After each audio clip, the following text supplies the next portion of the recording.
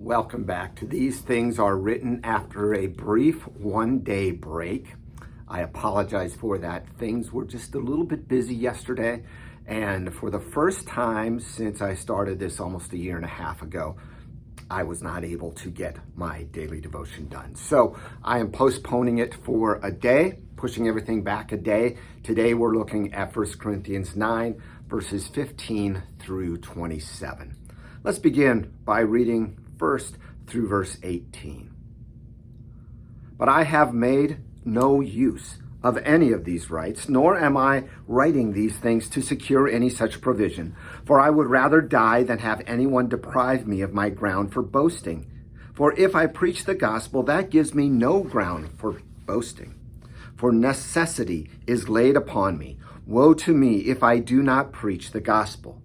For if I do this of my own will, I have a reward. But if not of my own will, I am still entrusted with a stewardship. What then is my reward? That in my preaching I may present the gospel free of charge, so as not to make full use of my right in the gospel. Paul, if you remember earlier in chapter 9, has been sharing his right as an apostle to be supported by the church, but yet how he has not made no use of these rights, as he says in verse 15. Paul did not use that right. Why not? So that nothing would be able to hinder his sharing of the gospel. And he says the sharing of the gospel is not according to my will, it's according to God's will, who has given me this right, this ability, this calling to share the gospel. So he wants nothing to be in the way of people hearing the gospel. Let's continue now with verse 19. We're going to go through verse 23. For though I am free of all, I have made myself a servant to all, that I might win more of them. To the Jews I became a Jew in order to win Jews. To those under the law I became as one under the law, though not being myself under the law, that I might win those under the law.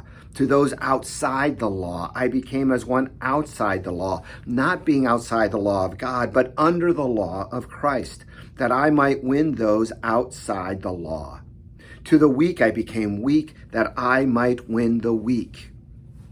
I have become all things to all people, that by all means I might save some. I do it all for the sake of the gospel, that I may share with them in its blessings. All that he does for the sake of the gospel. For the Jews, he says, I become like the Jews. In the book of Acts, as Paul goes that last time to Jerusalem, and he makes a vow, and he's going to fulfill that law in the temple. He goes through everything that's required from the Jewish perspective to do that, right? To the Jews, he became a Jew so that he might win some. But he also became like the Gentiles, not following the laws necessarily of the Hebrews, because he saw that Christ had fulfilled them. Instead, he would eat with them. To the Athenians, the people in Athens, he became as one of them, focusing on his argument, looking at from a very philosophical area. To the weak, he became weak. He said that he would do all things, whatever it takes, so that all people might be saved, so that all people might see Jesus. Shouldn't that be our calling as well? And in fact, that is part of the reason why we are called to live our lives as Christians. Why?